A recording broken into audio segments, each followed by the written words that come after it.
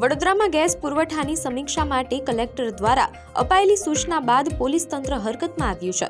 મકરપુરા પોલીસની ટીમે બાતમીના આધારે માણેજા ક્રોસિંગ પાસે આવેલી એક ફરસાણની દુકાનમાં દરોડો પાડીને ગેરકાયદેસર રીતે રાખવામાં આવેલો ગેસ સિલિન્ડરનો મોટો જથ્થો ઝડપી પાડ્યો છે। પોલીસને ચોક્કસ બાતમી મળી હતી કે માણેજા ક્રોસિંગ પાસે આવેલા આત્મીય 2 ટેનામેન્ટ પાસે અગ્રવાલ સ્વીટ એન્ડ નાસ્તા નામની દુકાનમાં લાયસન્સ વગર ગેસના સિલિન્ડરો રાખવામાં આવ્યા છે।